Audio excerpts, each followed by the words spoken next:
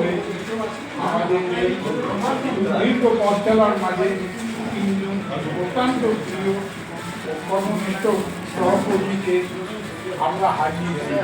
তার মধ্যে আমি প্রথম আনসারিদাকে নিয়ে বলি, কেন আনসারিদা সম্বন্ধে আমার সঙ্গে আনসারিদা কন্ট্রোলে এনার সঙ্গে প্রথম আলাপ হয়, আর সেই কন্ট্রোলে প্রথম আলাপটাই আমাদের খুব তিক্তর মতনই হয়েছিল। কেন আনসারিদা পাওয়ার কন্ট্রোলে রাত্রিরে যেতেন, আর আমাদের এখানে কন্ট্রোলে আরও 4-5 জন স্টাফ আছে, আর আমাদের সব কন্ট্রোলের 1-2 নাগাদ আমরা সব এইগুলো ফিগারগুলো নিয়ে আমরা পাঠাই।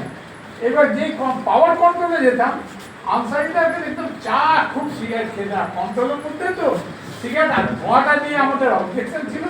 এই নিয়ে ওখানটা হওয়াতে আমি তখন আনসারিদাকে চিনতে পারিনি।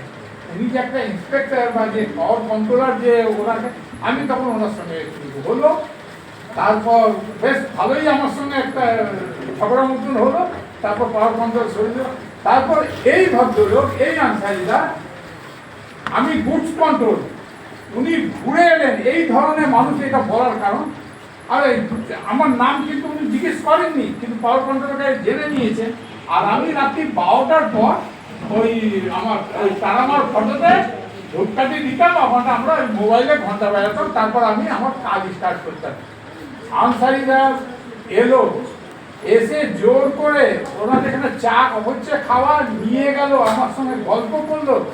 তারপর থেকে যখনই আনসারিদা পাওয়ার কন্ট্রোলে আসতেন না, বা আমার যদি শিফটেড পড়তো, লোকটা মানে সত্যি আমি খুব করছি, ভোরবেলায় চায়ের দোকান খুলবে, জোর করে আমাকে নিয়ে যেত।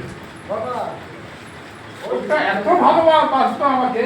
আর তারপরে এখানটা প্রথম দিন আমাকে দেখাতে ওখানটা গেটের সামনে জড়িয়ে ধরলো যে হ্যাঁ চলে আসো।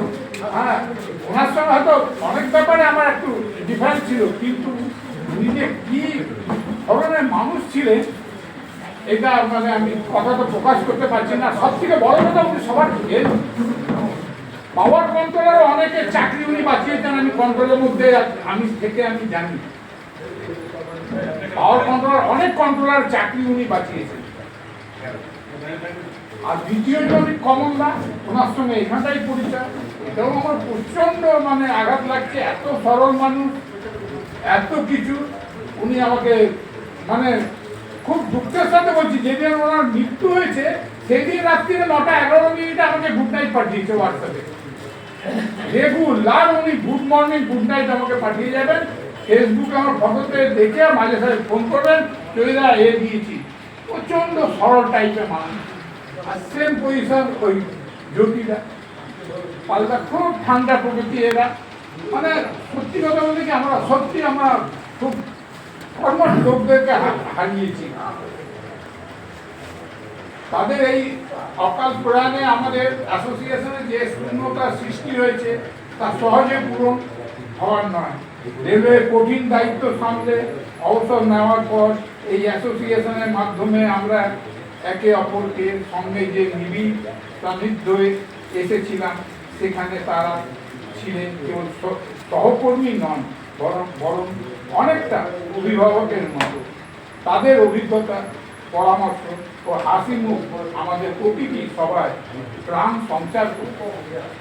তাদের কর্মময় জীবনের নিষ্ঠা ও সংগঠনের প্রতি ভালোবাসা আমাদের কাছে চিরকাল অনুপ্রেরণা হয়ে থাকবে।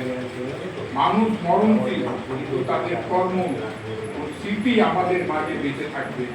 আর এই শোকাতুর মুহূর্তে আমরা তাদের বিদ্রোহী আত্মার প্রতি চিরশান্তি কামনা করি। একই সঙ্গে তাদের পরিবারের প্রতি জানাই আমাদের গভীর সমবেদনা। আমরা চাই তারা যেন এই কঠিন পরিবার শক্তি পান।